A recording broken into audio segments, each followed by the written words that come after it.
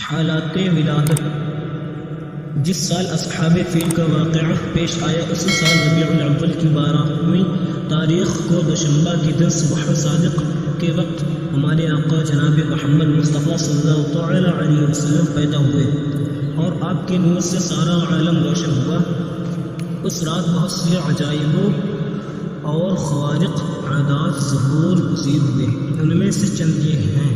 Number 1، عثمان بن ابی العاص کی والدہ فاطمہ بنت عبداللہ نے بیان کیا کہ میں ولادت کے شب حضرت آمنہ کے پاس، ولادت کے شب یعنی ولادت کی رات حضرت آمنہ کے پاس تھی۔ میں نے دیکھا کہ ستارے لٹک آئے اور زمین حرم سے اس قدر قریب ہو گئے گویا کہ وہ زمین پر گر پڑیں گے۔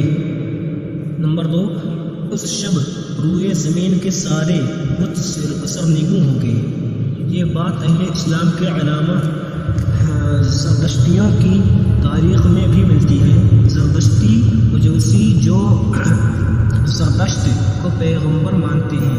نمبر 3، فارس کی آگ جو گبران آتش پرست نے بڑے ہی اہتمام کے ساتھ ہزاروں برس سے روشن کر رکھی تھی وہ بجھ گئی۔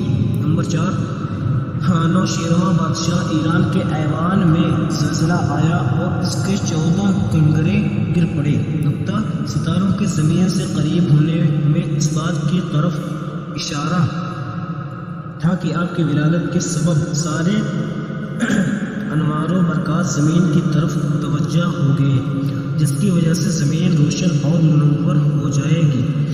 بتوں کا سرنگوں ہونا اس بات کی طرف اشارہ ہے کہ اس مولود و مسعود کے سبب بت پرستی ختم ہو جائے گی۔ آگ کا بجھنا اس بات کی طرف اشارہ ہے کہ آپ کی وجہ سے آتش پرستی دور ہو جائے گی۔ نوشیروان کی ایوان میں زلزلہ آنا اور 14 کنگروں کا گرنا اس بات کی طرف اشارہ ہے کہ خاندان نوشیروان کی سلطنت ختم ہو جائے گی۔ واضح ہے کہ اس زمین سے ہوئے زمین پر اتنی بڑی سلطنت نہیں تھی، نیز اس کے خاندان میں 14 بادشاہ مزید ہوں گے۔ چنانچہ ایسا ہی ہوا۔ نوشیروانیوں کا سارا ملک حضرت عمر رضی اللہ تعالی عنہ کے عہد مبارک میں مسلمانوں کے زیر تصرف آیا اور اس خاندان کا بادشاہ یزد گرد حضرت عثمان غنی رضی اللہ تعالی عنہ کے دور حکومت میں ہلاک ہوا۔ اس کے بعد ان میں کوئی بادشاہ نہیں ہوا۔